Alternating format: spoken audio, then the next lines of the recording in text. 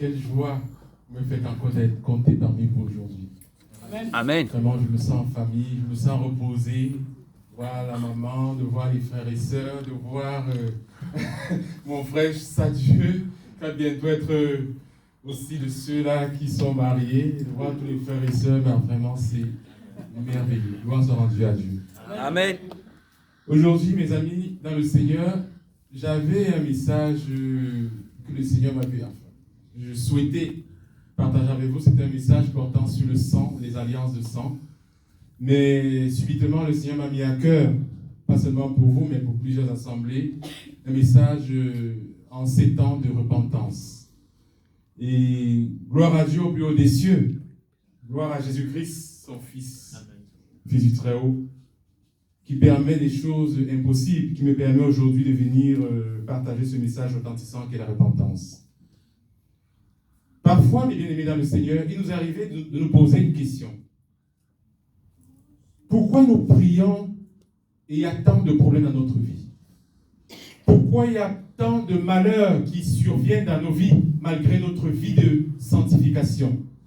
Qu'est-ce qui se passe? Pourquoi le malheur est là et Dieu ne répond pas? Pourquoi ces choses arrivent? Les choses ne vont pas toujours bien. Où est le Seigneur? Parfois dans la vie, il y a des choses qui arrivent, on ne peut même pas se l'expliquer. Donc le but aujourd'hui de notre exhortation, mes bien-aimés dans le Seigneur, c'est d'abord de comprendre l'origine. Vous voyez, c'est l'origine de tout ce qui nous arrive. Parce qu'on peut parler de repentance pendant 1 an, 10 ans, 15 ans, 20 ans, mais si on ne connaît même pas l'origine du péché, on ne connaît même pas l'origine de ce qui nous arrive, on ne connaît même pas l'origine du malheur, comment va-t-on parler de la repentance? Donc voilà pourquoi aujourd'hui, mes bien-aimés dans le Seigneur, on va beaucoup parler de la parole de Dieu. Et pour ceux qui me connaissent, ce n'est que la parole. Il y aura beaucoup de versets. On va beaucoup manger de cette parole, parce que l'homme ne vit pas que de pain, mais l'homme vit aussi de cette parole. Amen. Qui fournit et qui nous fait grandir dans l'esprit. Amen. Bon, moi j'avais 2 petites définitions très rapides que j'ai vues de la repentance, parce que, bon, avant de parler de la repentance, plusieurs fois je parle de la repentance. J'ai parlé de la repentance plusieurs années, mais chaque fois que je commence à parler de la repentance, je définis d'abord ce que c'est que la repentance, parce que il faut savoir de quoi on parle. La repentance, je l'ai vue dans l'Ancien Testament et dans le Nouveau Testament. Et ce que j'ai vu dans l'Ancien Testament, ce n'est pas la même définition que dans le Nouveau Testament. Dans l'Ancien Testament, la définition, l'Ancien Testament, c'est le hébreu ou le araméen qui était traduit en français, et le Nouveau Testament, c'est le grec qui était traduit en français. Dans l'Ancien Testament, le mot nacham, ça veut dire repentance en hébreu, ça veut dire repentance au niveau de l'âme. Parce que nous savons tous que le corps est divisé en 3 parties, le corps, l'esprit et l'âme. Enfin, l'être est divisé en 3 parties. Donc la repentance, nacham, c'est au niveau de l'âme. Cela veut dire avoir du regret, du chagrin, ce qu'on appelle avoir un état d'âme. Parfois, un état d'âme produit des larmes. Parfois, un état d'âme fait que la personne est très mal dans sa peau. Et c'est ça qu'on appelle la repentance dans l'Ancien Testament. Voilà pourquoi vous allez voir que David, chaque fois, disait « Mon âme, écoute le Seigneur, mon âme brisée, mon âme pleure au-dedans de moi. » Donc, il était dans la repentance permanente. Et le mot repentance, dans le Nouveau Testament, c'est-à-dire en grec, s'appelle métanoi. Et beaucoup de gens qui ont étudié la Bible, c'est-à-dire des théologiens, ils appellent cela la métanoi. La métanoi, c'est quoi? C'est la repentance, mais plutôt au niveau de l'esprit. Les Grecs étaient très spirituels. Donc cela veut dire prendre conscience de son erreur, ce qu'on appelle avoir un nouvel état d'esprit, et ensuite avoir dans son esprit l'engagement d'une bonne conscience, que nous appelons le baptême. Donc, ici, c'est l'esprit de l'homme qui entre en jeu. Dans l'Ancien Testament, c'était l'âme, mais dans le Nouveau Testament, c'est l'esprit, un esprit nouveau, comme disait notre Seigneur. Donc, si on jumelle les 2 définitions, on peut rapidement dire que la repentance consiste à prendre conscience d'une vie sans le Seigneur Jésus-Christ, ensuite accéder au baptême rapidement, parce que ceux qui comprennent qu'ils ont cheminé sans Jésus-Christ, ils ont un seul désir, surtout ceux qui sont appelés, c'est le baptême. Et après que vous êtes baptisés, vous avez le baptême du Saint-Esprit. Ça vient toujours parfois de pair. Donc ensuite, le tout n'est pas d'être baptisé du baptême de la repentance, baptême de Jean. Le tout n'est pas d'être baptisé dans le baptême du Saint-Esprit, mais le tout est aussi de persévérer, de demeurer dans l'Esprit et de marcher par l'Esprit, avec tout ce que les épîtres nous ont enseigné. Donc dans un premier temps, nous allons ici essayer à la lumière de la parole de Dieu, parler d'abord de l'origine de nos malheurs, de tout ce qui nous survient, malgré que nous faisons énormément d'efforts. Pourquoi je ne réponds pas? Dans un deuxième temps, nous allons à la lumière de la parole de Dieu trouver des solutions. Parce que, comme j'ai dit tantôt, quand il y a un problème, il y a forcément une solution. Qu'est-ce qui se passe? Donc, très rapidement, comme disait le frère Emmanuel, nous allons entrer dans le vif du sujet parce que le temps court et la nuit tombe. Jonas chapitre 1, versets 1 à 3. Donc, comme je dis, il y aura beaucoup de paroles de Dieu. Bon, je vais rapidement aller, parce que Jonas était un bien-aimé comme nous, c'était un frère. On ne connaît pas sa situation sociale, s'il était marié, s'il travaillait, etc. Donc la parole de Dieu nous a révélé clairement qu'il était Jonas. Jonas était un bien-aimé dans le Seigneur qui partait à Tarsis. Mais il s'est retrouvé dans le ventre d'un poisson. Que s'est-il passé, mes bien-aimés, pour que un homme de Dieu se retrouve dans le ventre d'un poisson? Parfois dans la vie, je suis un homme de Dieu. Je vais juste aller faire ma besogne, mon travail, mais je me retrouve dans le ventre d'un poisson. Je me retrouve dans les problèmes. Que s'est-il passé pour que un homme de Dieu se retrouve dans le ventre d'un poisson? Je vais juste aller travailler. Je vais juste prendre le transport, aller travailler pour nourrir ma famille. Mais il y a toujours un problème quelque part. Je vais juste faire les choses bien. Je veux juste élever ma famille. Mais il y a toujours un problème. Mais bien aimé dans le Seigneur, il faut d'abord savoir que toute chose a une origine. Tous les cours d'eau que vous voyez, ils ont une source. Tous les cours d'eau, tous les fleuves, ils ont tous une source. Ils ont une origine. Donc, ces eaux viennent de quelque part. Qui est donc à l'origine de nos malheurs? Ou bien, qu'est-ce qui est à l'origine de nos malheurs? Nous allons vraiment sonder la parole de Dieu aujourd'hui. La parole de Dieu nous dit, au jour du bonheur, sois heureux. Mais au jour du malheur, réfléchis. Ça, c'est Ecclésiaste chapitre 7, verset 14. Au jour du bonheur, sois heureux. Mais au jour du malheur, réfléchis. Mais qui donc a créé le jour du bonheur et qui a créé le jour du malheur? Celui qui a créé le jour du bonheur, est-ce que vous pensez qu'il a aussi créé le jour du malheur? Comme disait le frère bien-aimé, on va réfléchir aujourd'hui. La parole de Dieu dit qu'il faut méditer la parole. Le tout n'est pas de écouter religieusement, mais il faut méditer. La question est de savoir, celui qui a créé le jour du bonheur, a-t-il créé le jour du malheur? Un jour, j'ai vu dans la parole de Dieu que Job a dit, dans Job chapitre 2, verset 10, Quoi? Nous recevons de Dieu le bien, et nous n'allons pas recevoir le mal aussi. Ça, c'est l'interrogation de Job. Vous voyez? Le livre de Jonas nous parle d'un voyage en bateau vers Tarsis. Donc, en général, c'est un bateau qui était comme un transport quotidien. Donc, il partait d'une ville de Jaffo vers Tarsis. Tout se passait toujours bien. Chacun avait son rôle, les chauffeurs, etc. C'était un bateau de transport normalement. Mais, ce jour-là, les choses ne se sont pas passées comme d'habitude. Il y a eu un gros problème. Vous voyez, dans la vie, malgré que tout va bien, il y a quand même un gros problème. Malgré que j'essaye de faire les choses normalement, il survient toujours un gros problème. Par exemple, l'Ukraine vivait normalement, mais subitement, il y a eu un gros problème. Au temps du déluge, c'était pareil. Ils vivaient normalement, ils faisaient comme d'habitude. Mais il y a eu un très gros problème. Un très gros problème est survenu. Celui-là qui a créé le jour du malheur, n'a-t-il pas créé le jour du bonheur? Bon, bien aimé dans le Seigneur, on va avancer avec la parole de Dieu. Donc, pourquoi il y a toujours cette épée de Damoclès au-dessus de nos têtes? Parfois, moi, en sondant, j'ai vu Jean 10 que la parole de Dieu nous dit que Satan ne vient que pour dérober, égorger et détruire. Bon, Quand on lit Jean 10, on peut se dire, bon, très facilement, on peut dire très rapidement que tous nos malheurs viennent de Satan. Normalement, à ce niveau-ci, c'est clos. On a fini de parler, on s'assoit, on dit Amen, et puis on continue. Mais vous allez voir que ce n'est pas si simple que ça. C'est plus subtil que cela. C'est vraiment plus subtil. Normalement, on peut se dire effectivement que Satan est le responsable de tous nos malheurs. Job ne comprenait même pas, d'ailleurs, quand on parle de Job, quand je lis la parole de Dieu, il ne comprenait pas pourquoi Dieu avait permis à Satan de faire tout ce qui lui est arrivé. Mais, qu'est-ce que Job savait dans son cœur? Il savait une seule chose, que Dieu est bon. Donc, il a continué à faire confiance à Dieu.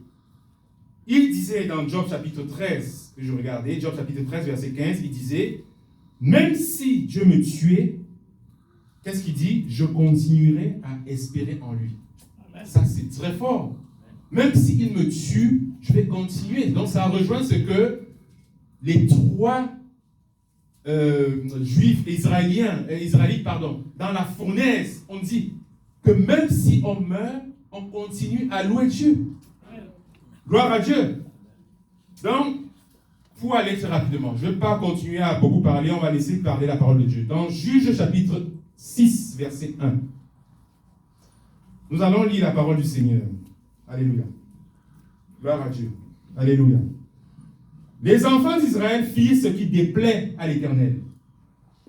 Et l'Éternel les livra entre les mains de Madian pendant 7 ans. La main de Madian fut puissante contre Israël, et pour échapper à Madian, les enfants d'Israël se retiraient dans les ravins, dans les montagnes, dans les cavernes et sur les rochers fortifiés. Quand Israël avait sémé, Madian montait avec Amalek et les fils de l'Orient, et ils marchaient contre lui. Mais bien aimé dans le Seigneur, pourquoi j'ai pris ce passage? J'ai pris ce passage parce que dans ce passage, il y a énormément d'indices, mais je vais prendre seulement 3 ou 4 indices qui commencent à nous enseigner sur l'origine de nos malheurs.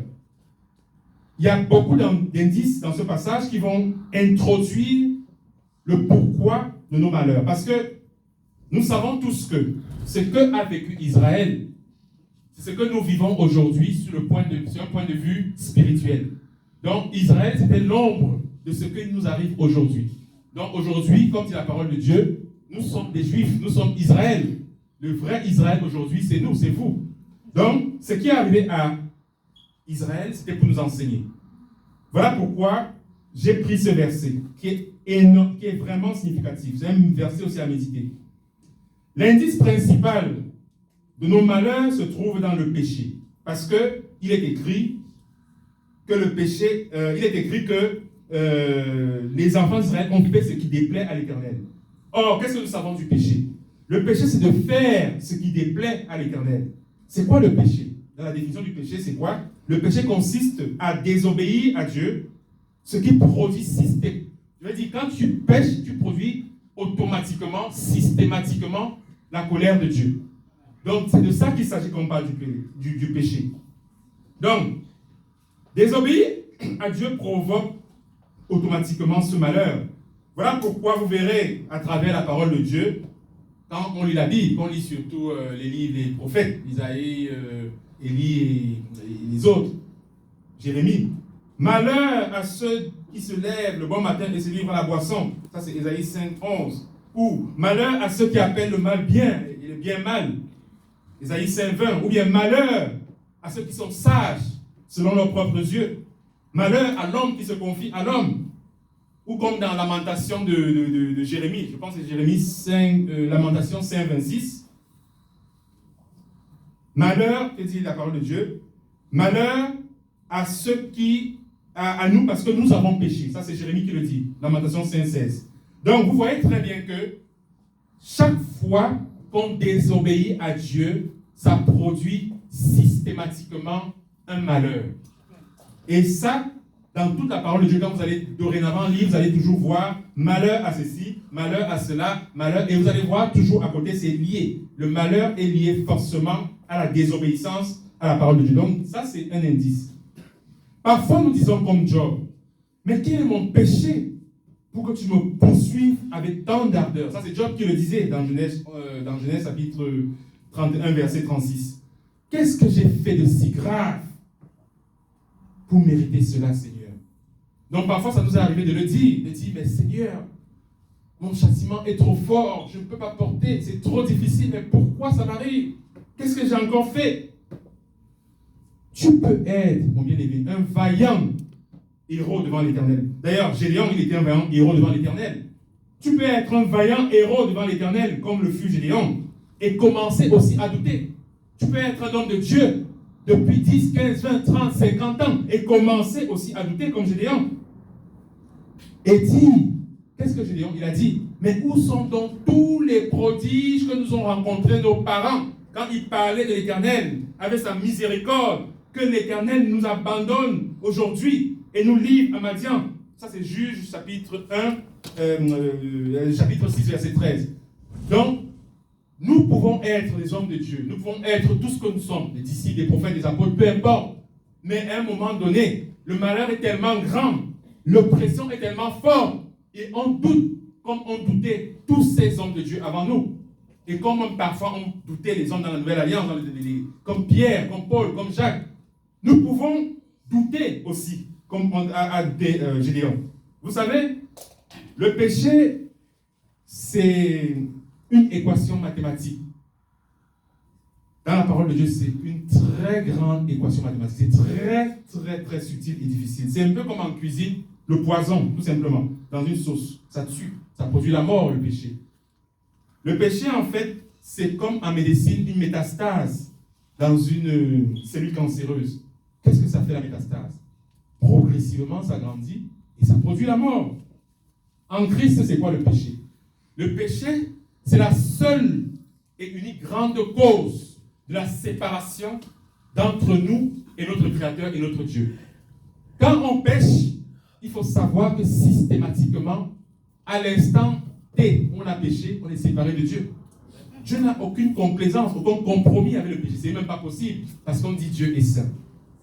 Donc la désobéissance, le péché originel qui a séparé Adam et Ève du Créateur, c'est cette même cause qui a entraîné le peuple d'Israël à être soumis à Madian pendant 7 ans. C'est à cause de ce même péché-là que Dieu n'exauce pas nos prières. On peut prier pendant des années pour une cause, pour un malade, pour une situation, mais à cause d'un péché enfoui, un résidu adamique, comme disent certains, Dieu n'exauce pas les pécheurs. La parole de Dieu est claire. Dieu n'exauce pas les pécheurs. Il y a un deuxième indice, pour aller très très rapidement, que je vais prendre de l'origine de nos malheurs, dans Juge chapitre 3, verset 6. Juge chapitre 3, verset 6. C'est aussi un deuxième indice parce que je vais prendre 2 ou 3 indices comme ça, de l'origine du péché. Quand Israël avait sémé, Madian montait avec Amalek et les fils de l'Orient, et il marchait contre lui. Nous allons rapidement sonder et méditer la parole de Dieu pour savoir qui est Madian, qui est Amalek, qui sont les fils de l'Orient. Parfois, on lit la parole de Dieu, on lit rapidement, mais on ne prend pas le temps de sonder qui est qui, quels sont spirituellement parlant, c'était l'ombre tout cela, mais quelle est l'équivalence aujourd'hui par rapport à nous, l'Israël spirituel de Dieu.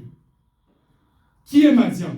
Genèse chapitre 25, versets 2 à 4 nous dit que Abraham prit encore une femme nommée Kétura et elle lui enfanta des enfants. Et parmi ces enfants que Kétura a enfanté Abraham, bon, pour la petite histoire, nous savons tous que quand Sarah est morte, Abraham a pris d'autres femmes et il a eu d'autres enfants avec des femmes, on les appelle des concubines.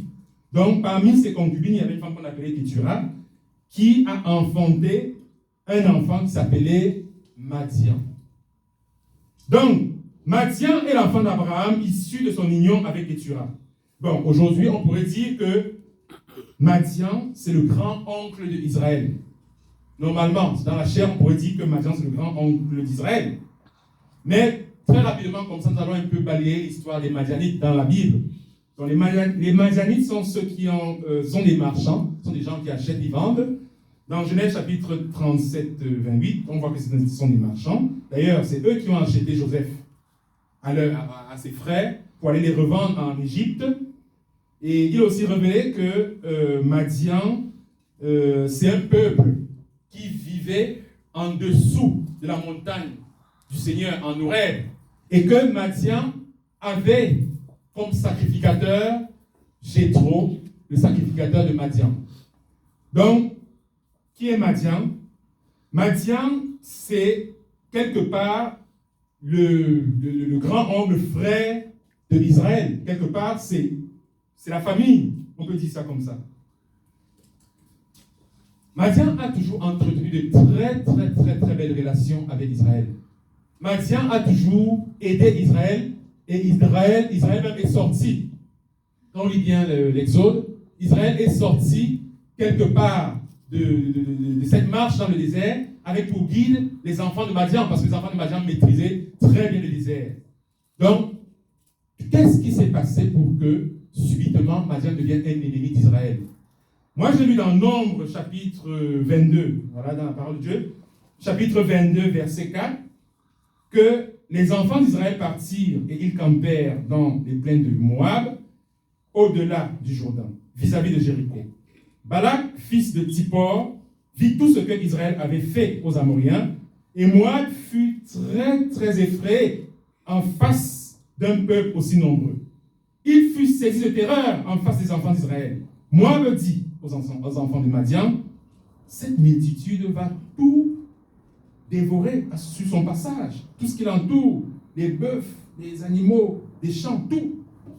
Donc, le moment subtil, c'est quand les Moabites viennent voir les anciens de Madian pour leur murmurer à l'oreille que Israël est tellement fort qu'ils vont tout prendre, même vos territoires, même vos animaux. Marquons une petite pause, parce que là on avance, mais cette petite pause c'est pour relever la subtilité satanique. On dit souvent Satan c'est chuchoté. Comment je suis ami, je suis toujours dans une relation chaleureuse avec une personne de ma famille, et subitement, nous devenons ennemis. Qu'est-ce qui s'est passé? Nous avons très bien vu que Moab a dit aux anciens de Madian, cette multitude va dévorer tout ce qui entoure, comme les bœufs qui broutent dans la verdure des champs. Il va tout prendre. Et qu'est-ce qui s'est passé? Madian a cru à ce que les Moabites lui ont dit. Et voilà pourquoi dans le verset 7, nous voyons que dorénavant, les ennemis d'Israël qui sont Moab marchaient avec les anciens de Madian, unis ensemble contre Israël. Pourquoi j'ai pris le temps de parler de Madian? Parce que Madian est la figure de ta famille charnelle. Madian, ça peut être ton grand-oncle. Madian, ça peut être tes neveux. Madian, ça peut être tes cousins. Madian, ça peut être quelqu'un de ta chair, de proche ou d'éloigné. Et cette personne sera toujours la personne au travers duquel Satan passera pour t'atteindre. Toi qui es l'enfant de Dieu. Toujours. Il n'y a rien de nouveau sous le soleil. Ce qui a été sera. Et là, nous parlons de ce qui s'est passé il y a des milliers, il y a plus de 4000 ans. Donc, qu'est-ce qui se passe? Dans Matthieu chapitre 10, verset 16, le Seigneur nous avait déjà prévenu. Notre glorieux et magnifique Seigneur Jésus-Christ avait dit, tu auras pour ennemis les gens de ta maison. Il faudra faire très attention. D'ailleurs, nous connaissons l'histoire de Lot et Abraham. Un jour, l'Éternel a dit à Abraham, sors de la maison de ton père, va au pays que j'ai promis. Et qu'est-ce que je t'ai promis? Là où coule le lait et le miel. Mais qu'est-ce que Abraham a fait? Il a pris son frère Lot, il a pris son père, il a pris toute sa famille, il est parti avec. Et nous savons qu'est-ce qui s'est passé. Tout au long de ce cheminement, Abraham n'a eu que problème sur problème. Problème sur problème. Et Abraham est entré dans le plan de Dieu sitôt qu'il s'est séparé après la mort de son père et après qu'il se soit totalement séparé de sa famille, de l'autre. Si tu vas en haut, je vais à droite. Si tu vas à gauche, je vais à droite. Donc, il faut savoir que l'appel est individuel. Quand Dieu t'appelle, il n'appelle pas toute ta famille. Il y aura beaucoup d'appelés, il y aura peu d'élus. Jésus-Christ est venu mettre la séparation, la division. Il n'est pas venu pour que tu appelles toute ta famille avec toi, tu viens, non. Vous voyez? Donc, d'ailleurs, la parole, je nous dis que oui, effectivement, on peut sauver. Qui sais-tu? Oh, c'est pas toi qui vas sauver ta femme, tu vas sauver tes frères et tout. Mais, plus tard, dans ce cheminement, nous allons voir comment on peut les sauver. Mais il ne faut pas qu'on soit toujours dans cette image que oui, on a souffert, qu'on était enfant, on a traversé beaucoup de chemins ensemble, maintenant je suis dans le Seigneur, il souffre et tout. Non. Il faut savoir que tu as trouvé un trésor, comme dit la parole de Dieu. La parole de Dieu, c'est comme un trésor que tu trouves, tu prends, tu caches. Tu achètes tout un terrain, tu caches. Et c'est ton trésor. Amen. Et tu dois cultiver ce terrain pour entretenir ton trésor caché. Donc, mais bien aimé dans le Seigneur, si tu es compatissant par rapport à tout ce que tu vois autour de toi, dans ta famille, dans ton pays, dans ta race même, dans ton continent, il faut savoir que Dieu est plus compatissant que toi. Dieu est plus miséricordieux que toi. Parce que parfois on se met à prier. Oh, le frère il souffre. Oh là là, Seigneur, tu es où? Et on jeûne. Oh Seigneur, aide-nous. Il est malade, il a souffre du cancer, il a ceci, il a des problèmes sur problèmes. On prie. Mais les problèmes de cette personne ne changent jamais. On a la compatissance et on pleure même avec cette personne. Et évidemment, notre Seigneur a dit, il faut apprendre, je prends plaisir à la compassion. Mais il faut aussi savoir une chose, c'est que si toi tu es compatissant dans ton cœur, c'est que Dieu est plus compatissant que toi. Et Dieu sait plus que toi ce qui tient ce frère dans cette situation. Amen. Mon bien-aimé dans le Seigneur, mes bien-aimés dans le Seigneur, j'ai remarqué une chose, c'est que si rien ne change, j'ai remarqué avec un peu d'expérience, un peu de mûrison, parce que il est évident que plus le temps passe, mon bien-aimé frère Sadi, on sait quelque chose. On est obligé de mûrir dans le Seigneur. On ne peut pas rester comme on était, c'est là 10 ans. Quand j'étais un enfant, je pensais comme un enfant, je disais comme un enfant. Maintenant que j'ai grandi,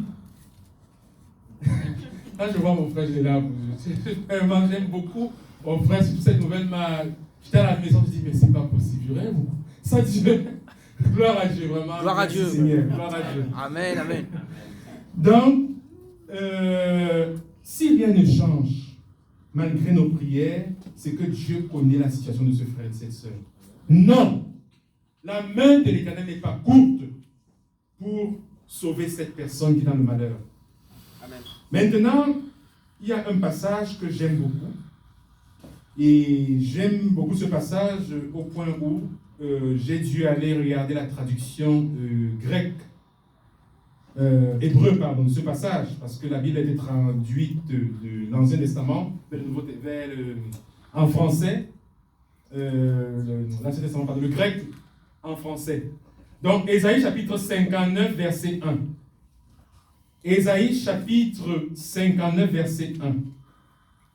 Là, c'est un grand moment de cet enseignement, parce que c'est un verset qui nous apporte, d'une certaine manière, une vision étymologique, une vision profonde, une vision biblique du cœur de Dieu par rapport au péché. Ésaïe chapitre 59, verset 1. Il est écrit, « Non, la main de l'Éternel n'est pas trop courte. » Étymologiquement parlant, c'est-à-dire en grec, c'est raccourci. La main de l'Éternel n'est pas raccourcie pour sauver. Ni son oreille trop dure pour entendre. Mais, ce sont vos crimes qui mettent une séparation entre vous et votre Dieu. Ce sont vos péchés qui vous cachent sa face et l'empêchent de vous écouter.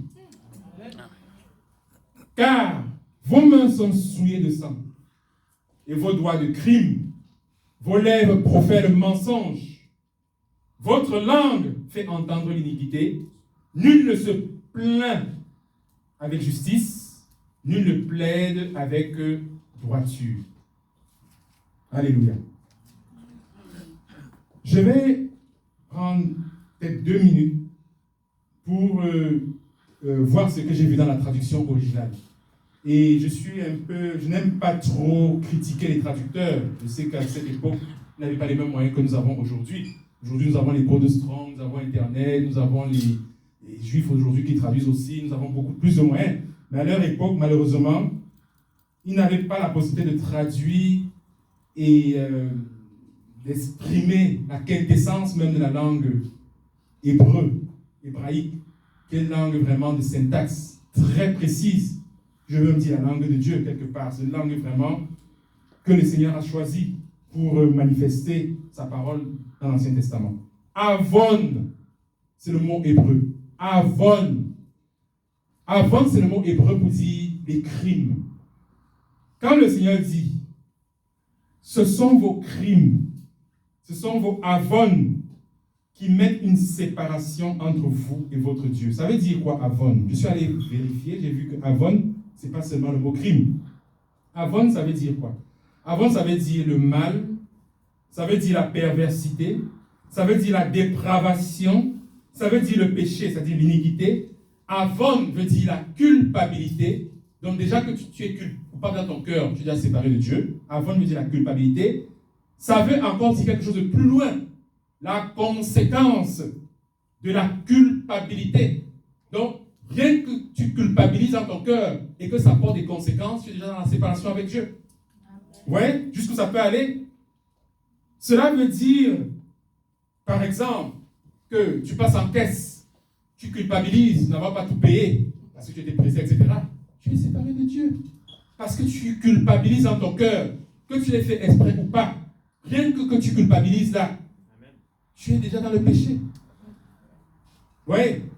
Disciple de Jésus-Christ, ce n'est pas pour caresser dans le sens du poil, c'est pour dire la vérité. Vous voyez? Avon, c'est tous ces mots qu'on ne traduit pas exactement dans toutes les Bibles. Même la Bible Chouraki, que j'aime beaucoup, ne dit pas exactement pourquoi, je ne sais pas. Mais moi, je suis allé regarder dans le code de Strong du mot Avon, c'est autant de choses qui ressortent. Donc, je vais continuer. Qui mettent une séparation entre vous et votre Dieu. Ce sont vos péchés qui cachent. Bon, la définition même, c'est qui dissimule sa face. Pas qui cache, c'est 2 mots différents. Donc, qui dissimule sa face, l'empêchant de vous écouter. Donc, c'est comme un mécanisme. Vous mettez la télé fonctionne. Vous êtes en relation avec l'écran. Mais, il y a un problème, bam, la télé s'éteint. Vous allez regarder l'écran vide. Il y a un voile, c'est plus possible. Il n'y a plus de relation possible. C'est peut-être un mauvais exemple. Donc, le péché agit comme un voile qui dissimule la présence de Dieu. Je suis avec Dieu aujourd'hui, hier, tout va bien, on chante, on danse, on glorifie Dieu. Mais sitôt que j'ai tout dans mon cœur, bam, il y a un voile. C'est fini. Il n'y a plus de Dieu. Et si tu meurs, là, en ce moment, tu vas dans le séjour des morts. C'est fini. Rien que d'avoir ça dans ton cœur, c'est fini. Car vos mains sont souillées de sang et vos doigts de crime. Vos lèvres profèrent le mensonge, votre langue fait entendre l'iniquité. Nul ne se plaint. Donc j'ai aussi vu que la traduction qui a été apportée, c'est nul ne se plaint. Mais quand je vois dans la traduction originale hébreu, c'est que Dieu dit nul ne prie, nul n'appelle à l'aide avec justice. D'ailleurs, ils ont dit avec justice, mais dans les traductions hébreues, c'est avec vérité. Donc, nul ne prie avec vérité. Nul ne se plaint avec vérité. Quand on va à Dieu, on va jouer à Dieu avec nos propres sentiments, nos propres intelligences. Oh oui, je suis passé à la caisse, j'étais pressé, il y avait les bouchons, tout ça. Non. C'est avec beaucoup de vérité qu'on doit venir à Dieu et dire oui, je n'ai pas pris le temps de faire ce qu'il fallait, je suis coupable. Amen. Donc, mes amis, il faut qu'on arrête d'avoir pitié, d'avoir longtemps compassion de ce que le Seigneur châtie. L'Éternel châtie ceux qu'il aime. Il faut que nous sachions une chose. C'est un passage que je cherche qui dit que celui qui pêche est du diable.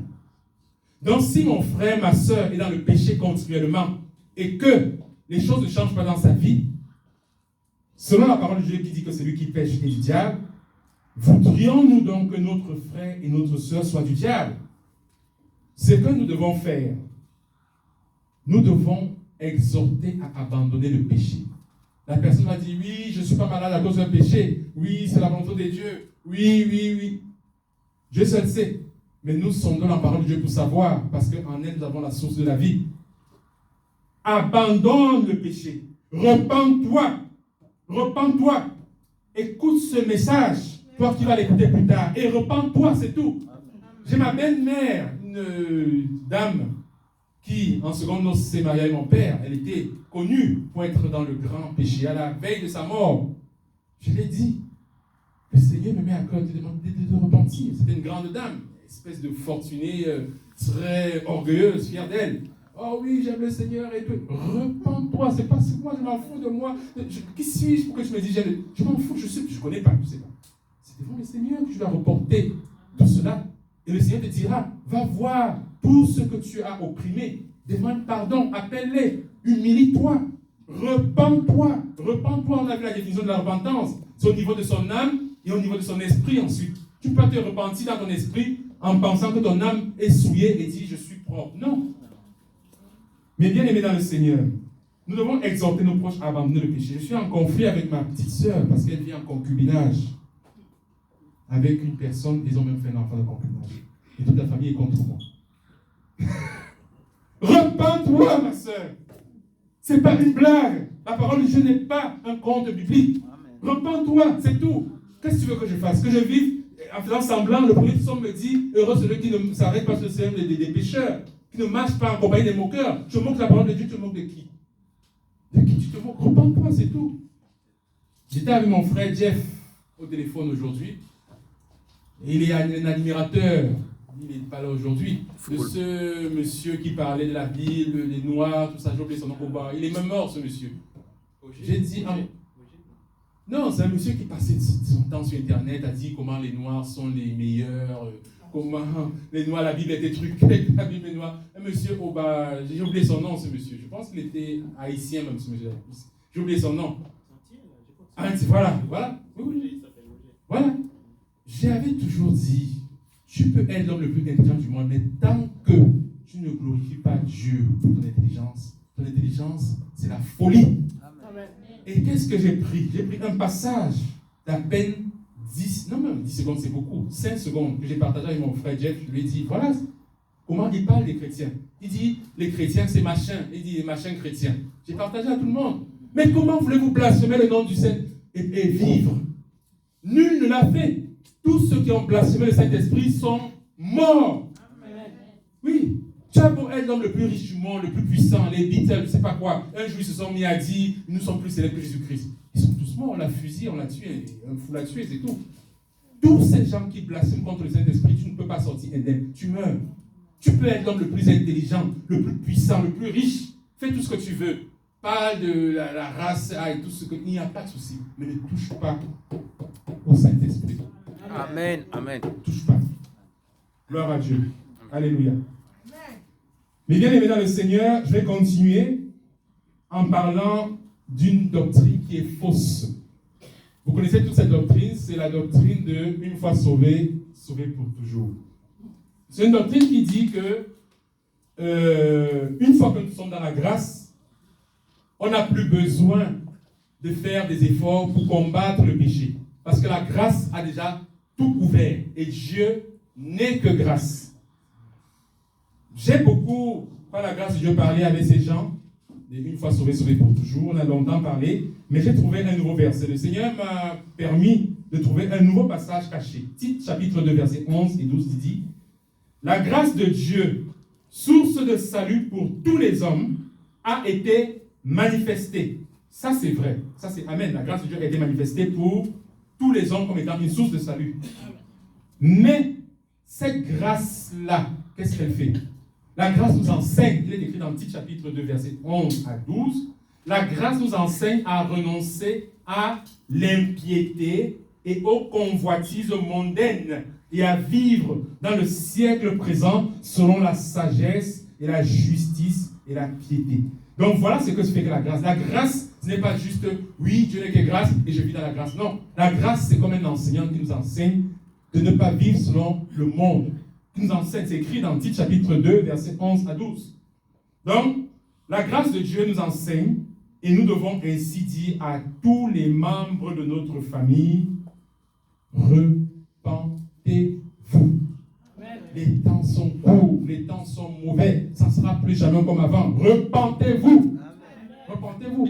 Donc aujourd'hui, c'est un message qui m'a été transmis et que je transmets comme messager. Nous devons appeler tout le monde autour de nous à la repentance. Tout simplement. Même si beaucoup, selon les prophéties, j'ai vu dans Apocalypse chapitre 9, verset 20, que Apocalypse chapitre 9, verset 20 dit, les autres hommes qui n'ont pas été tués par les fléaux, les maladies, les sida, les fléaux qui sont passés dans le monde, les tremblements de terre, les grippes, toutes ces choses, tous ces gens qui n'ont pas été tués ne se sont pas repentis des œuvres de leurs mains, de manière à ne point adorer les démons et les idoles d'or, d'argent, d'airain. En ce moment, ils sont tous en train de regarder, ils vont regarder le match, ça c'est l'adoration.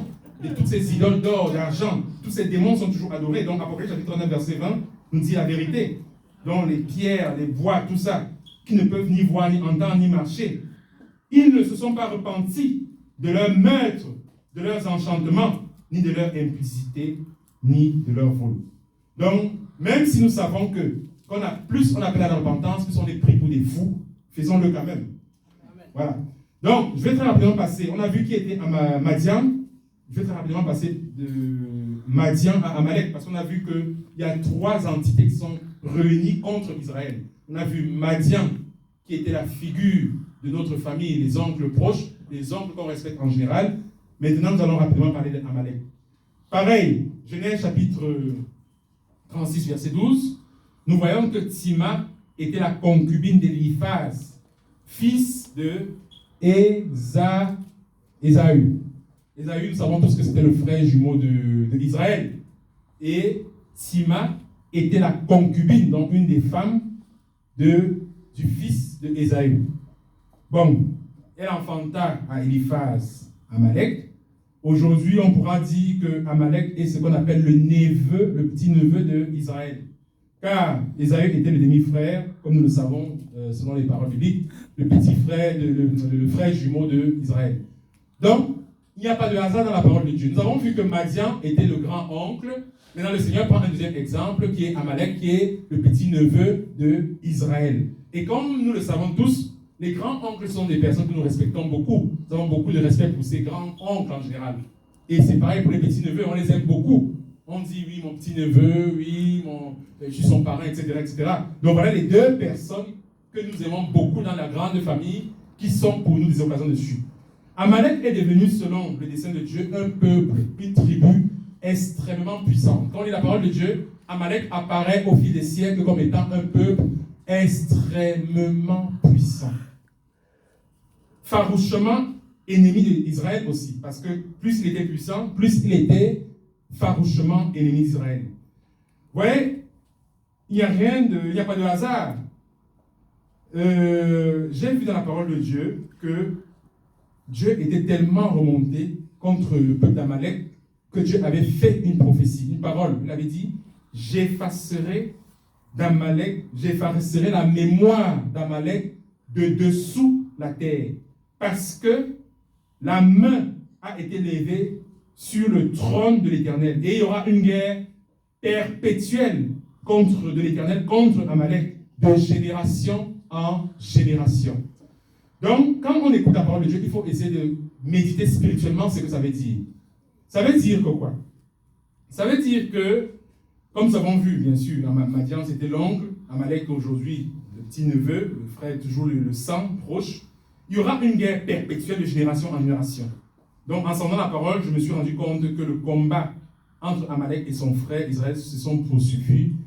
C'est un des combats les plus farouches, les plus long dans le temps, parce que j'ai vu que c'était dans l'Exode, il y avait toujours Amalek, dans Deutéronome, il y avait Amalek, au temps des juges, il y avait Amalek, jusqu'à Saül, au temps de Samuel, il y avait encore Amalek.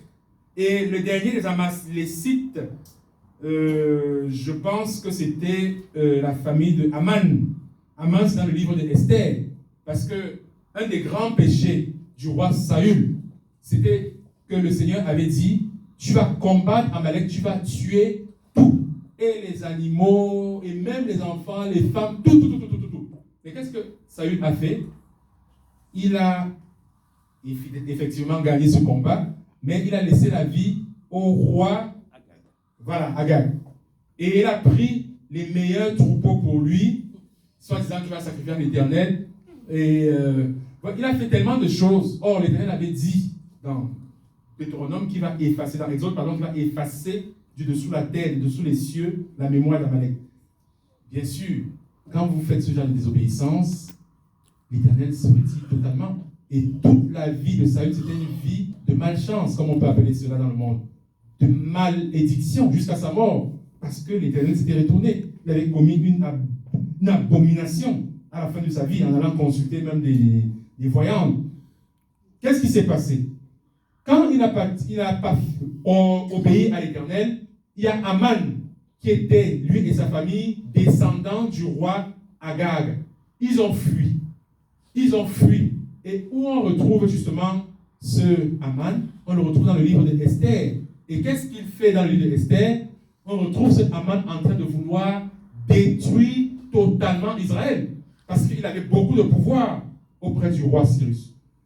Et gloire soit rendue à Dieu que, par la main d'Esther et par les voies insondables de l'Éternel, finalement, le dernier des Amalécites, après Aman, on ne trouve plus d'Amalécites dans la Bible. Effectivement, c'était la dernière famille des Amalécites qui restait. Et bien aimé dans le Seigneur, nous avons vu que le péché ouvre les portes à la colère de Dieu. Et que Dieu nous livre entre les mains de Satan, qui est notre adversaire. Et lui, il ne va pas se gêner, il va faire des pièges, des petits pièges, et on va tomber là-dedans comme du gibier. Nous avons vu qu'il y a plusieurs indices qui sont pour nous des occasions de chute. Outre le péché, il y a notre famille. Parce que le but de notre passage sur la terre, c'est de crucifier la chair. Si tu m'aimes, porte ta croix et suis-moi. Amen. Et tous les épîtres de Paul nous parlent de la marche par l'esprit.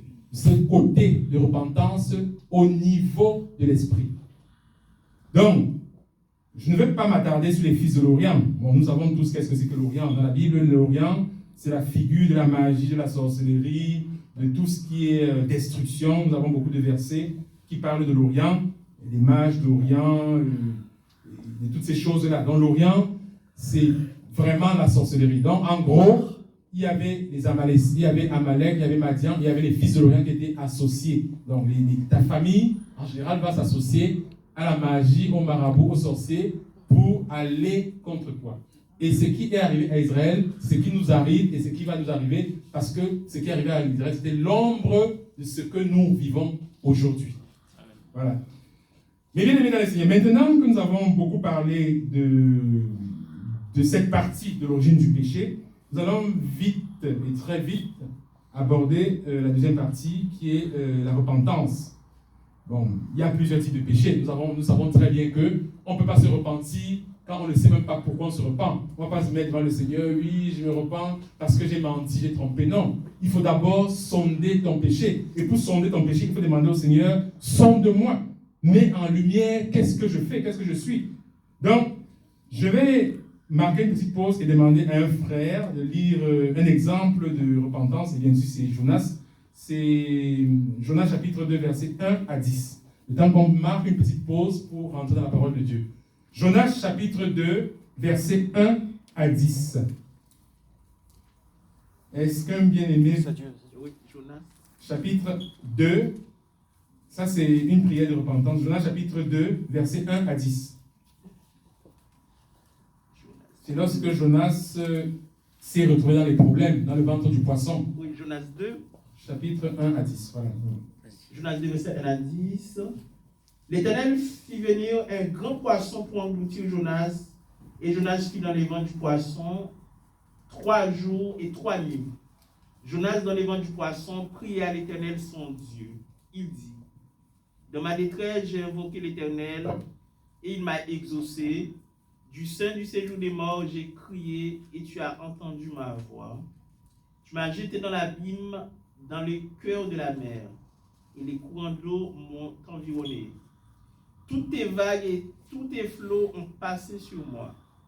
Je disais, je suis chassé loin de ton regard, mais je verrai encore ton saint temple. Les eaux m'ont couvert jusqu'à m'ôter la vie. L'abîme m'a enveloppé. Les roseaux ont entouré ma tête.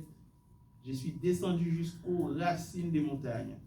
Les barres de la terre m'ont fermé pour toujours, mais tu m'as fait remonter vivant de la fosse, Éternel mon Dieu. Quand mon âme était abattue au-dedans de moi, je me suis souvenu de l'Éternel et ma prière est parvenue jusqu'à toi, dans ton saint temple. Ceux qui s'attachent à des vaines idoles éloignent d'eux la miséricorde. Pour moi, je t'offrirai des sacrifices avec un cri d'action de grâce. J'accomplirai des vœux que j'ai faits. Les saluts viennent de l'Éternel. L'Éternel parle aux poissons et les poissons vomissent Jonas sur la terre. Amen. Gloire à Dieu. Amen. En général, dans ce niveau, c'est moi qui m'apporte la parole du Seigneur. Merci Seigneur. Donc, nous voyons un exemple de prière de repentance.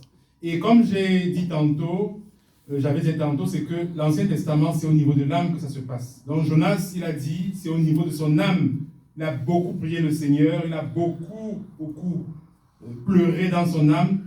Son âme était abattue, il était dans la détresse. Et quand le Seigneur a écouté cette prière, le Seigneur a ordonné aux poissons de relâcher Jonas. Amen. Et nous, à notre niveau, c'est au niveau de notre esprit que nous devons prier le Seigneur quand nous sommes dans la détresse. Nous devons fermer les yeux et prier profondément au niveau de notre esprit. Seigneur, sonde-moi. Qu'est-ce que j'ai fait, Seigneur du Tout-Puissant? Dans le psaume chapitre 26, verset 2, il est écrit, « Sonde-moi, l'Éternel, éprouve-moi et mets en lumière mon péché afin que je sache. » Si tu viens juste prier, à dire, « Oui, Seigneur, je me repens, il va dire, « Non, celui-là, il ne veut pas la chicotte, il ne veut pas être châtié. » Mais il faut que tu saches de quoi tu es puni. Il faut que tu saches de quoi tu es châtié. Donc, il faut que le Seigneur te sonde et il met en lumière tout ce qui entraîne auprès de toi ce malheur, afin qu'une fois que tu sais de quoi on te reproche, de quoi il t'est reproché, tu puisses te repentir. Donc, mes bien-aimés dans le Seigneur, il y a plusieurs types de péchés. Donc, il y a des péchés que nous croyons que nous faisons bien. Mais, à la lumière de la parole de Dieu, nous sommes condamnés. Par exemple, Jonas, il ne savait peut-être pas qu'il faisait le mal. Il savait juste qu'il fuyait. Parce qu'on lui a donné l'ordre de partir à Ninive. Il est parti à Tarsis. Pour lui, il désobéissait à l'Éternel. C'était anodin. Il croyait qu'il pouvait échapper à l'Éternel.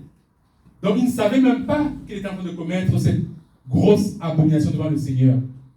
Donc, il y a des péchés dans la vie que parfois nous commettons. Nous ne savons même pas que nous sommes en train de faire ce péché-là. Voilà pourquoi nous devons demander à l'Éternel, sonde-moi, Seigneur, fais-moi savoir tous les résidus de Adam et Ève, les résidus adamiques là dans moi, que je sache de quoi il s'agit. Pourquoi je suis dans cet état? Pourquoi j'ai autant de cataclysmes qui me surviennent en si peu de temps? Et la mort, et la maladie, et les problèmes personnels, au travail, financier. Pourquoi mes proches sont dans tant de souffrance? Sonde-moi, Seigneur. Et cette prière de Jonas est pour nous un exemple qui nous permet de comprendre qu'on peut, étant dans le ventre du poisson au fond de l'abîme, commencer à prier véritablement, profondément, et le Seigneur est touché, et subitement, comme pour Job, comme pour Jonas, le poisson vomit, et tous les problèmes nous vomissent, et nous sommes restaurés et rétablis dans le Seigneur. Amen. Amen. Amen. Il y a aussi des péchés, mes bien-aimés dans le Seigneur, que tout le monde sait que tu es en train de pécher. Même Dieu sait que tu es en train de commettre ce péché. Il y a une seule personne qui ne sait pas que c'est un péché. C'est toi. C'est toi. C'est bizarre, c'est toi. Tout le monde voit que tu es en train de pécher. Et c'est un péché qui est toujours enclin à des personnes qui ont une grande opinion d'eux-mêmes. Et bon, nous savons tous que ce péché s'appelle l'orgueil. C'est un péché qui est grave parce que nous avons vu, moi j'ai vu dans 2 Samuel chapitre 24, verset 1, donc j'ai vu quelque chose qui est très très grave qu'un homme, un grand homme, selon le cœur de Dieu a commis comme aberration, comme abomination. Et je ne parle même pas je parle du roi David. 2 Samuel chapitre 24, verset 1 dit que alors Satan se leva contre Israël et incita David à dénombrer Israël. Et que nous dit 1 Chronique, chapitre 21, verset 1, après avoir dénombré Israël, Dieu dit à David, je te propose 3 fléaux. Choisis-en un et je te frapperai de ce fléau. Donc, nous voyons comment le grand roi David, selon le cœur de l'Éternel, un jour, Satan l'incite.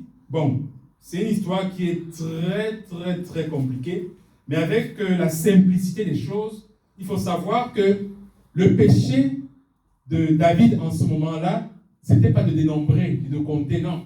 Le péché en ce moment se trouve dans Exode chapitre 30, verset 12, parce que parfois quand on lit la Bible, et même, je ne vais pas prendre l'exemple d'autres personnes, d'autres assemblées, d'autres dénominations, etc., ou d'autres manières de penser. Mais moi, je me fie à ce que dit la parole de Dieu, Exode chapitre 30, versets 12 à 16. Le péché de David en ce moment-là, ce n'est pas d'avoir compté tout Israël, mais c'est de n'avoir pas compté selon les instructions spécifiques, les instructions de Dieu Tout-Puissant. Donc, on retourne encore, c'est un peu comme dans la cocotte minute, on peut mettre toutes les sauces, on retourne toujours vers le péché. C'est le péché qui a entraîné la colère de Dieu. Parce que dans Exode, quand j'ai lu Exode chapitre 30, versets 12 à 16, il y avait une méthode que l'Éternel avait mis en place pour compter son peuple, qui ôtait l'orgueil de voir que le peuple est si grand à cause de moi.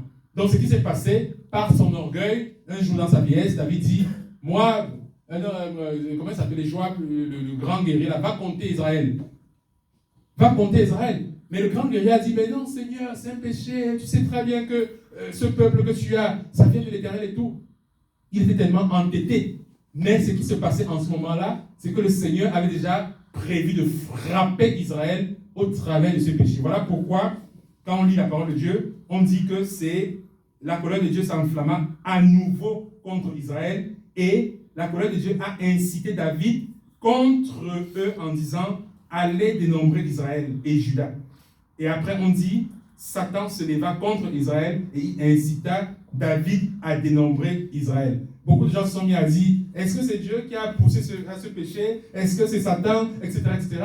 Mais personne n'a vu que c'est le péché. C'est la désobéissance. Personne n'est allé dans Exode chapitre 30, verset 12 à 16 pour comprendre que c'est le péché, c'est la désobéissance de pourquoi on a frappé Israël. Parce que Israël d'abord était dans le péché. Et en plus, ce péché est l'origine de la désobéissance de David par rapport à comment on doit comptabiliser le peuple.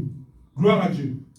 Donc, mes bien-aimés dans le Seigneur, cela veut dire que Dieu peut se manifester dans ta vie au travers de sa colère en utilisant Satan. Quand on lit ces 2 versets, la colère de Dieu peut se manifester dans ta vie en utilisant Satan. Jésus est la parole de Dieu. Le Saint-Esprit est l'Esprit de Dieu. Mais Satan, c'est l'instrument par lequel notre foi a été et sera toujours éprouvée. Satan, c'est juste un instrument de la colère de Dieu. Et son seul rôle, comme nous disait notre grand frère, le Mashiach Yeshua, c'est de dérober, égorger, tuer. Il n'est pas là pour autre chose. Il est juste là pour égorger, tuer, massacrer. Il est là pour séparer, pour s'aimer. Voilà, ça va vite pour lui. Le temps bientôt, il va être dans le lac de feu. Donc, il est là juste pour égorger, tuer et aller avec le maximum de personnes possible. Donc, il y a même un exemple biblique que j'ai vu. C'est quand Satan avait demandé à Dieu, il avait demandé la permission à Dieu pour cribler le disciple Pierre comme du froment. Ça, c'est Luc chapitre 22, 22 à 31, verset 31 de mémoire. Donc Satan avait demandé à agir sur Simon-Pierre afin de le cribler comme du froment. Donc, il avait demandé à qui? Bien sûr qu'il avait demandé à Dieu. Nous savons tous que c'est Dieu qui est l'intermédiaire de Satan. C'est Dieu qui donne l'ordre à Satan d'agir. Satan ne peut pas dire, je vais frapper cet enfant. C'est impossible, parce qu'il est écrit dans la parole de Dieu que même les cheveux de nos têtes sont comptés. Donc, si il n'a pas l'ordre, il n'a pas la permission de Dieu, il ne peut absolument, à la lumière de la parole de Dieu, rien faire. Bon, je ne vais pas entrer dans le livre de Job, nous le connaissons tous. Donc, David était grandement, souvent, dans la parole de Dieu, nous avons vu que David, c'est quelqu'un qui a malheureusement commis aussi quelques erreurs. C'était un grand homme de Dieu, c'est un grand prophète, c'était vraiment l'homme selon le cœur de Dieu.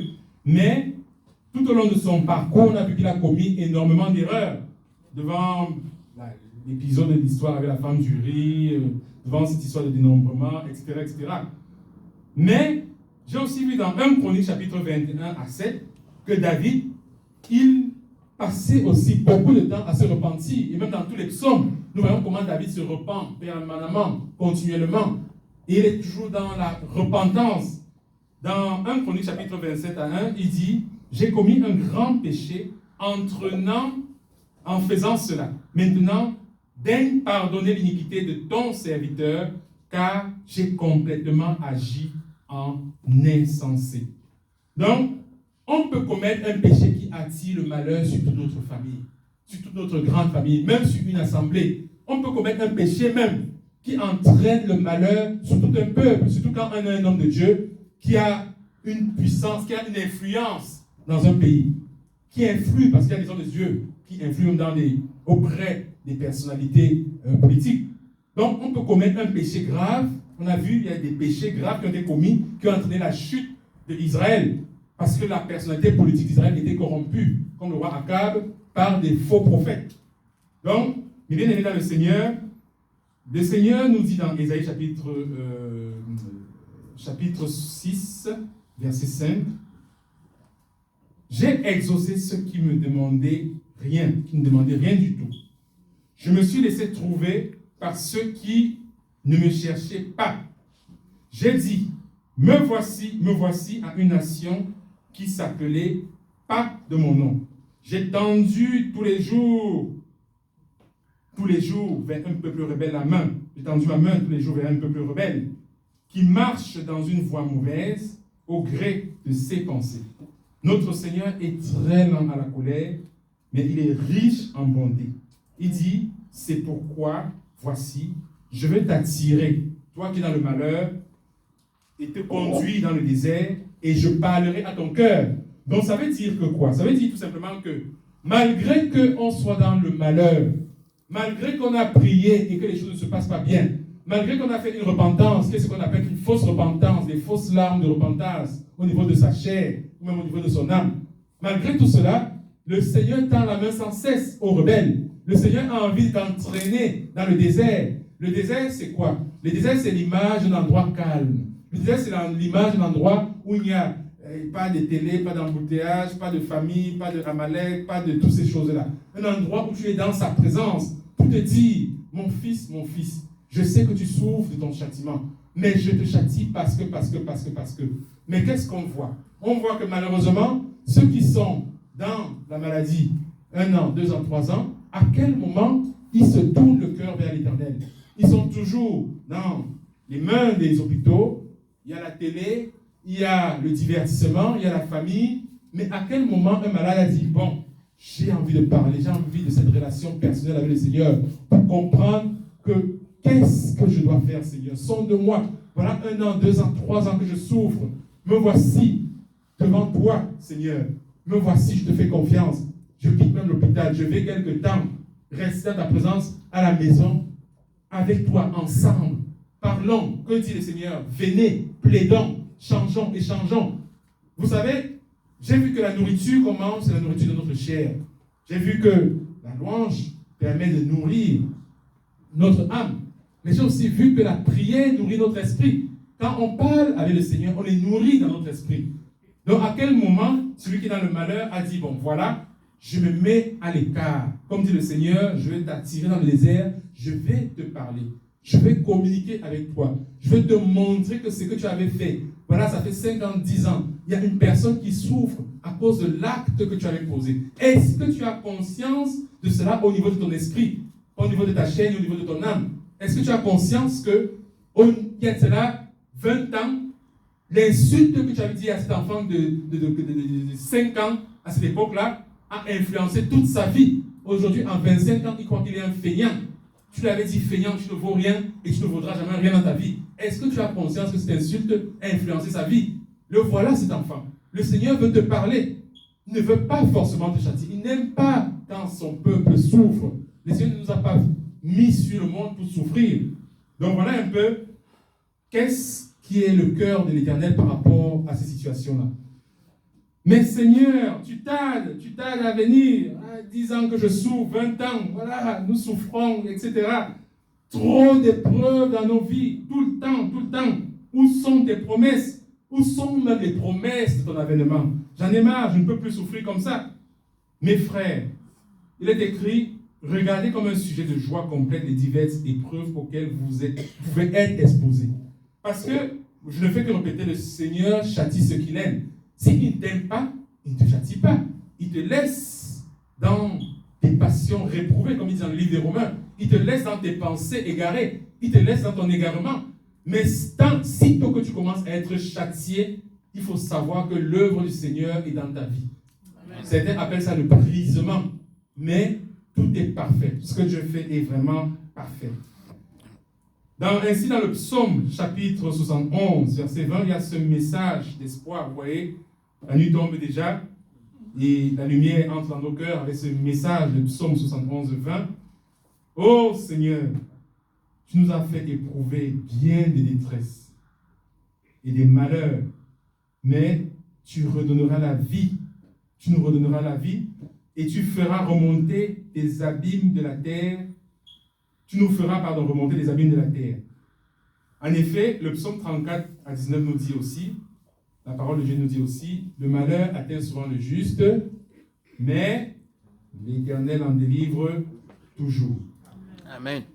Donc, afin que l'épreuve, comme dit Pierre dans 1 Pierre 1 à 7, afin que l'épreuve de notre foi, plus précieuse que l'or, périssable, qui cependant est éprouvée par le feu, parce qu'on a commencé par les 3 Israéliens qui étaient dans la fournaise, qui ont été éprouvés par le feu, et on va terminer aussi par ce passage, mais plutôt saupoudré de 1 Pierre chapitre 1 verset 7, afin que l'épreuve de votre foi, plus précieuse que l'or périssable, qui cependant est éprouvée par le feu, et pour résultat la louange, la gloire et l'honneur lorsque Jésus-Christ apparaîtra. Repentons-nous au nom de notre Seigneur Jésus-Christ, notre grandiloquent Seigneur Jésus-Christ. Repentons-nous et amenons ce message de repentance auprès de nos proches, auprès de nos amis, auprès de nos voisins, auprès de nos collègues, auprès de tous ceux qui cherchent Dieu et qui ne connaissent pas Dieu. Un seul message en cette fin de temps. Les temps sont courts. Repentons-nous, repentons-vous, repentez-vous et bien-aimés dans le Seigneur.